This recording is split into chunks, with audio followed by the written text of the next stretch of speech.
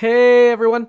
I thought it would be a great idea to give you all a short, quick demo of what we're going to build before we get into it. So here is the MealsToGo app, and this is the app that we will be building throughout this section and adding on to as we go into the bonus sections. And as you can see here, the happy watermelon is happy to see you. Now, when we log into MealsToGo, what we're going to be greeted with is this amazing, beautiful login screen, with which we will get state management as well as error handling and all of that good stuff in between. And over here is the main focus of the app. This is the restaurant screen. Extremely aesthetically pleasing, as well as having the ability to search different cities to get us different results of restaurants that we can utilize, building out their star rating, showing their address, their name, even going so far as to show a detail screen and put in a checkout flow with which we can process payments. And by filling out the name here, we pull up the credit card view, and by pulling out the credit card view, we can fill in credit card information, handle error states, try to do a payment, handle the error states, clear the cart, go over to the map view, look at the same exact information we had, and have the ability here to zoom in and look at things from a closer perspective. And that way we can show the restaurant's view in a different state, as well as having a settings panel that has access to be able to render your camera. Of course, on the simulator here, you're not able to see my camera, and building out the logout feature. So with all of these features, what we're aiming to do is give you the broadest possible ability to build a fully featured app that mimics what you will see in real life and helps you learn how to structure code as well in a production grade way. So let's get into building MealsToGo. We made it. We made it through the setup. And now that we're here, we have our development tools set up. We're basically ready to hit the ground running. Now, that being said, I just wanted to do a quick roundup of all the things that we've learned so far. During building focus time, we were heavily involved with the client and the snack. And we really focused on creating and building an application that took you minimal time and had maximum output. The focus time app being a timer that basically helps you focus, it was so easy to build. And then through the setup, we saw the ability for us to take that app and run it on our own computer. And one of the cruxes of that setup was the Expo CLI. Now you may be wondering, okay, Mo, I understand what Snack is. Snack was the web interface that we used in the browser. And the client is what we put on our phone, and then when we scanned that QR code, we got everything we needed. And then during the setup, I saw you use this CLI and I set it up with you, and we kind of went through the motions. But what is it? Well, the Expo CLI is a command line environment. Now, a command line environment basically means that when we go into our terminal interface here, this funny little screen that looks like it's the Matrix, what we're seeing here, the terminal, is basically an interface that we use to communicate with our computer through text. On Windows, it's different than on Mac, and on Mac, it's different than on Linux. But they all have similarities to each other, and they all work a bit differently. And we went through the motions of using them to set up our environment. Now, with that said, the command line environment for Expo is the tool that is used here in order for us to be able to talk to Expo. So Expo needs a bulk of tooling in order to set up everything and put everything in the right place. And if we hit learn more, what we're going to see here is that when we go to learn more, the Expo CLI is the main interface between the developer and the Expo tools. So remember how we built the snack and everything happened in the browser? Well, we took those tools that happened in the browser and we put them on our own computer. And we use Expo CLI for creating new projects, developing our app, publishing our app, and releasing them over the air, and potentially building binaries and releasing them to the significant stores, the App Store or the Google Play Store. So this one tool has all of this functionality, and we had to do some setup to get it there. But it was worth it. And it also is able to manage Apple credentials and Google Key Store. So these 2 points are heavily involved with releasing an app to the App Store, which we'll get to down the line. We're not really concerned with it right now. What we want to focus on is the first 3 points: creating new projects, developing our app, running the project, and publishing it so that we can use it anywhere without distributing it publicly. Okay, so we went through the process of installing Expo CLI globally. So now it says check the version. Check the version to determine the version we're currently working on. So let's do that. If we go into our Visual Studio Code and we hit the little terminal tab here and we say new terminal, what we'll see here is that if we clear it out, don't worry about the warnings that I get. If we type in expo -- version and we hit enter, we'll see we're running 4.0.15. Now, how do we know if this is the most recent version or not? Well, if we go over to the Expo CLI on npm, npm.js.com, packages, Expo CLI, you can see that the most recent version is 4.0.15. Now, you may be running a newer version, and that is completely fine. It's always good to get the newer and better versions because they come with increased updates, security, and performance. They're just overall better for you to always have the newer Expo. Okay, so now we know that Expo runs in the terminal, and we know that it has a bunch of commands.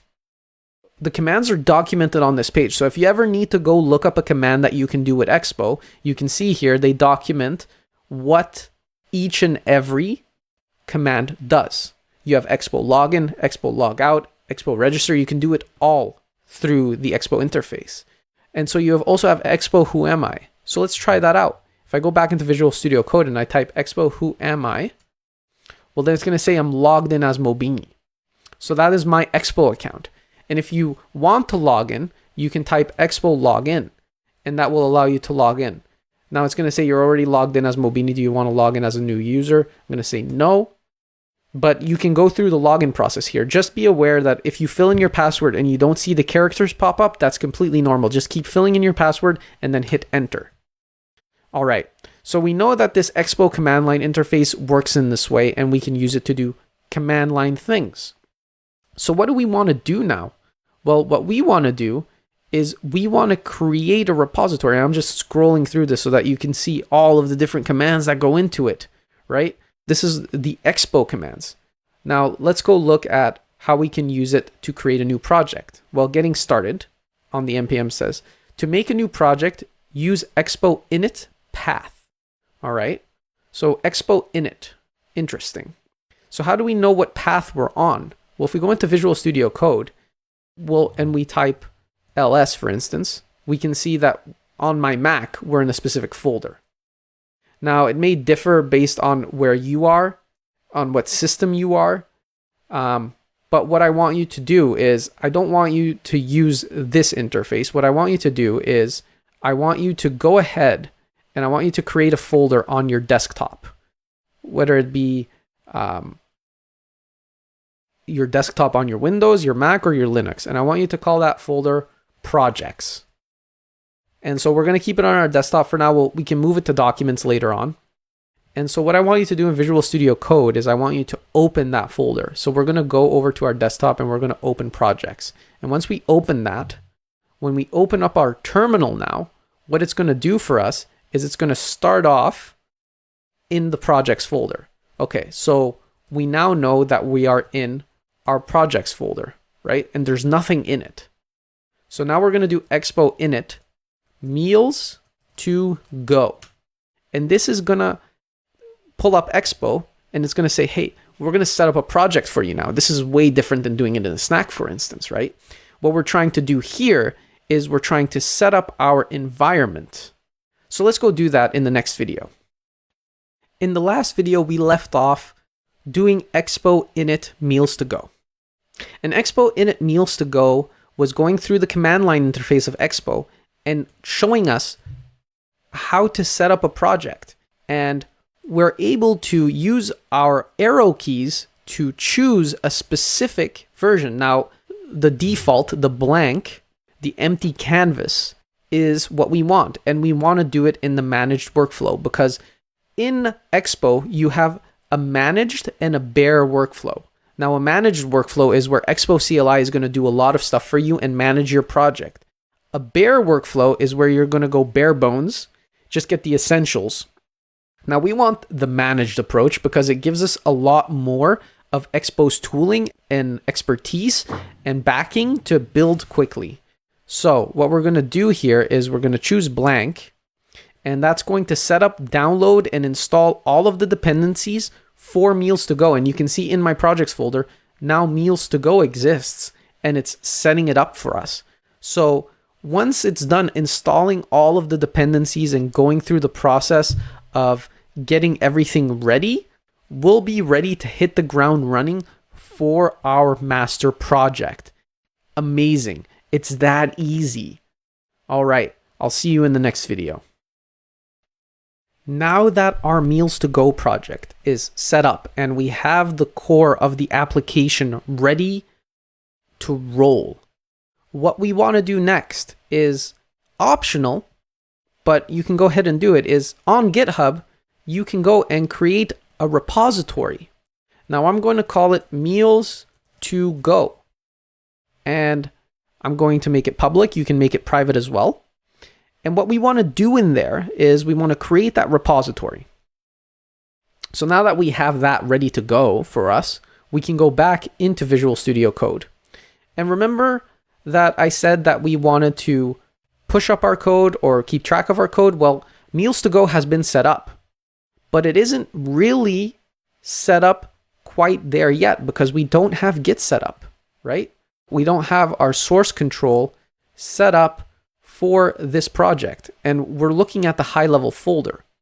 So what I want you to do now is I want you to go and I want you to press open again, and I want you to open MealsToGo directly because we're opening the projects folder. We don't want to commit the projects folder to GitHub.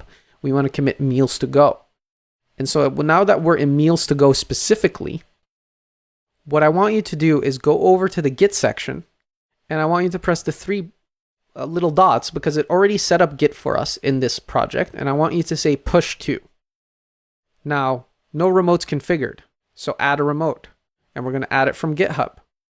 Now, I clearly haven't signed up on this computer just yet for Visual Studio Code, so I'm going to open like we did in the setup phase, and now it's going to find MealsToGo, so I'm going to set that as my remote, and I'm going to call it origin like we did in the original setup for focus time. So now origin has been set up, and I'm going to say push to origin. And so now it's pushing my code, my initial repository, up to GitHub.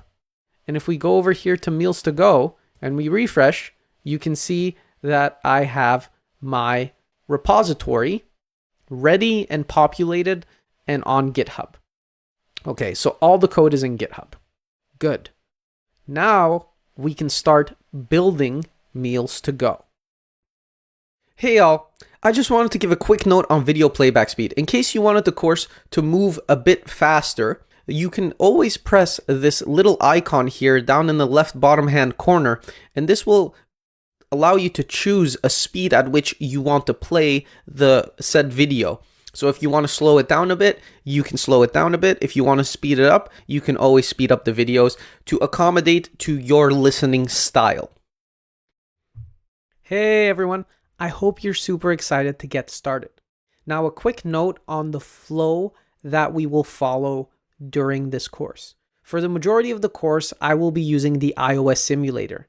Now, a majority of you may not be using the iOS simulator. You may be using the Android simulator or an Android phone locally.